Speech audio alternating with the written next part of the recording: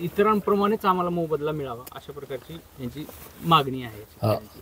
मग अशा ह्या चौकशीच्या फेऱ्यात तुमच्या सहपक्षाच्या व्यक्तीच्या आरोपामुळे अडकलेल्या हा प्रकल्पाला आता गती कशी मिळेल किंवा तुमचं ह्याच्यावरती काय मत आहे की तुम्ही काय इथं चौकशी केली?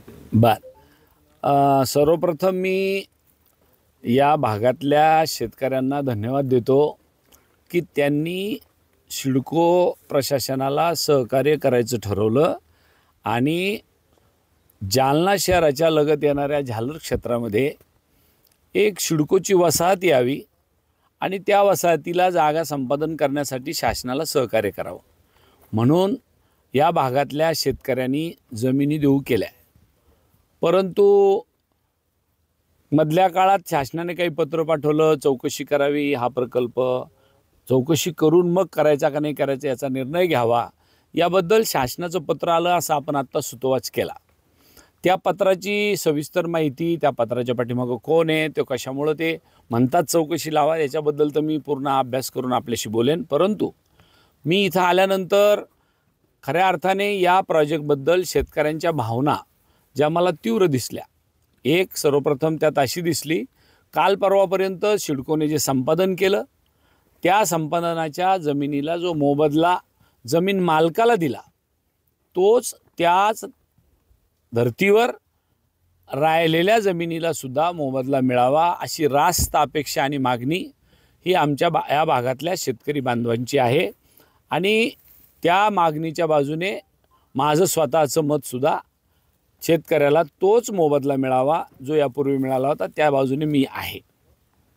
राहिला प्रश्न, जर का शासनाने तसं केलं नाही तर आम्ही सगळे मिळून शेतकरी आंदोलन करू.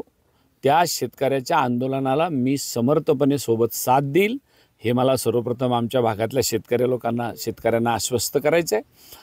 इतकं करू नये, जर आम्हाला शासन म्हटलं की देणार नाही आम्ही भाव, तर सरळ साधी गोष्ट आहे, आमची जमीन आम्हाला परत करावी, डिनोटिफाय करून द्यावी, सिडको घेणार नाही असं डिक्लेअर करावं. आम्ही आमच्या जमिनीला कसं डेव्हलप करायचं ते शासनाच्या नियमाप्रमाणे आम्ही आमचं डेव्हलप करू. परंतु शासनाने एकाला एक न्याय दुसऱ्याला दुसरा न्याय अशा पद्धतीची भूमिका शासन घेता कामा नये, ही आमची भूमिका आहे. चौकशीबद्दल आपण मला आत्ता सांगितलं, अवगत केलं की चौकशी करायला सांगितली. परंतु चौकशी कोणी करायला सांगितली होती, शासनाने त्याच्यावर काय पत्र काढलं आहे?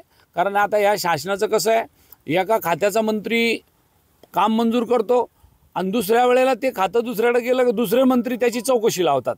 आता हे चौकशीचं नावाचं सरकार झालं. या सरकारचं नाव आता युती शासन द्यायच्याऐवजी चौकशी शासन म्हणावं लागेल. तुम्ही बघा, रोज पेपरला बातम्या येतात. पूर्वी शिंदे साहेबांनी केलेल्या प्रोजेक्टला आता फडणवीस साहेबांनी रद्द केलं. फडणवीस साहेबांनी ती फाईल ओपन केली, याची चौकशी चालली, तो प्रोजेक्ट रद्द केला, तो प्रोजेक्ट थांबला, असं आपण रोज बातम्या पाहतोय. म्हणून मला त्यांच्या आपसातल्या मतभेदात न पडता मला शेतकऱ्यांच्या बाजूने उभं राहायचं आहे. आणि शेतकरी म्हणतात आम्ही जर जमीन द्यायला तयार आहे, भाव मात्र सगळ्यांना सारखा द्या, ही रास्त अपेक्षा घेऊन मी सरकारला भांडणार आहे.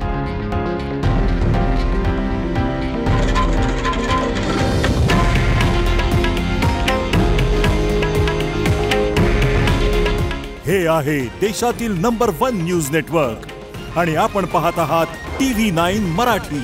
काळजी तुमची, हित महाराष्ट्राचं.